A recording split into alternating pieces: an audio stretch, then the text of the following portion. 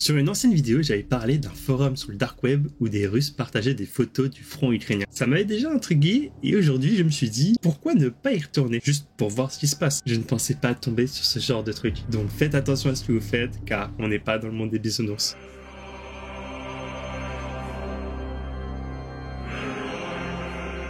D'abord, je me connecte sur Tor, j'utilise TailsOS, histoire de rester discret, et je retourne sur le forum. Je fouille les discussions, rien de dingue au début, encore des photos choquantes, des petites vidéos, des messages un peu glauques, bref, du classique pour ce genre d'endroit. Mais en creusant, je repère un truc bizarre. Dans plusieurs conversations, il y a des messages complètement hors sujet. Genre, entre deux phrases, je tombe sur des coordonnées GPS, balancées comme ça, sans contexte. Je vérifie les coordonnées, et ça pointe vers une zone proche de la frontière entre la Russie et l'Ukraine. En regardant d'anciens messages, je revois toujours le même pseudo, Black Viper. Je vais sur son profil, dans sa bio, il y a une phrase en cyrillique qui traduit veut dire approximativement le pouvoir c'est la force ou le pouvoir c'est juste. Je ne sais pas si c'est juste un slogan, un code ou un délire personnel, mais ce qui m'interpelle c'est que Black Viper n'a qu'un seul abonné et il suit qu'une seule personne, Arirang. Curieux, je clique sur ce profil. Sous le profil d'Arirang, je tombe sur un lien en .onion. À première vue, ça a l'air anodin, genre une simple URL planquée dans un message, sauf que sur le dark web, rien n'est vraiment anodin. Du coup, je décide d'y aller. Je me retrouve sur une page de login très minimaliste en russe, avec quelques phrases cryptiques, un fond noir et 2 colonnes sur le côté. Je les traduis et ça donne une liste des utilisateurs connectés et une liste des utilisateurs déconnectés avec le temps depuis leur dernière activité. Et là, je me dis, un compte inactif depuis longtemps, c'est peut-être une bonne cible. Pourquoi ? Parce que sur certains sites, la fonction mot de passe oublié est mal sécurisée. Avant de tenter quoi que ce soit, j'inspecte le code source de la page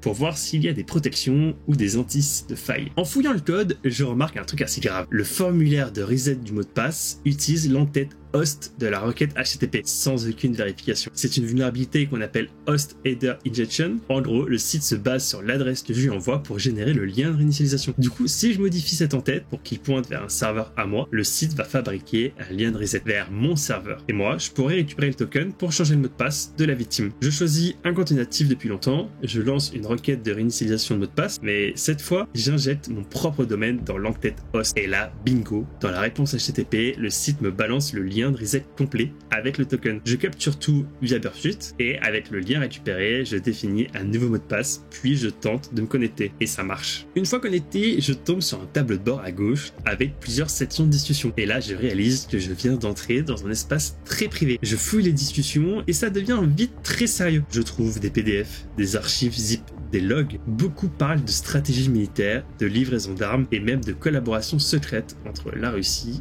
et la Corée du Nord. Certains fichiers mentionnent des coordonnées GPS proches de la frontière ukrainienne et des installations militaires. Et surtout, je tombe sur un document intitulé Accord stratégique 2024 Russie-Corée du Nord. Il y est question de tests de missiles longue portée, de transfert de technologies militaires et de discussions confidentielles sur la guerre en Ukraine. Là, je commence à faire quelques captures d'écran, mais soudain, la page se met à se recharger toute seule. L'écran devient noir, un message s'affiche « Tu ne devrais pas être ici ». Là, je comprends que quelqu'un ou un admin m'a repéré. Je ressens une montée d'adrénaline. Je ferme la session et je nettoie mes traces. Assez simple avec Tails, j'éteins tout, mais au fond de moi, je me dis, ce que je viens de voir, ça pourrait avoir des conséquences énormes. Et s'il y avait encore des fichiers à observer, et s'il y avait des accords, des stratégies ou quoi que ce soit qui pourrait être crucial. Mais pour le moment, je n'y suis pas retourné. La question maintenant, c'est qu'est-ce que je devrais faire ? Qu'est-ce que je devrais faire avec ces informations ? Dites-moi en commentaire ce que vous en pensez et surtout souvenez-vous, fouiller dans des zones sombres du web, c'est jouer avec le feu. Faut savoir ce qu'on fait et connaître les risques. Cette histoire n'est peut-être pas terminée.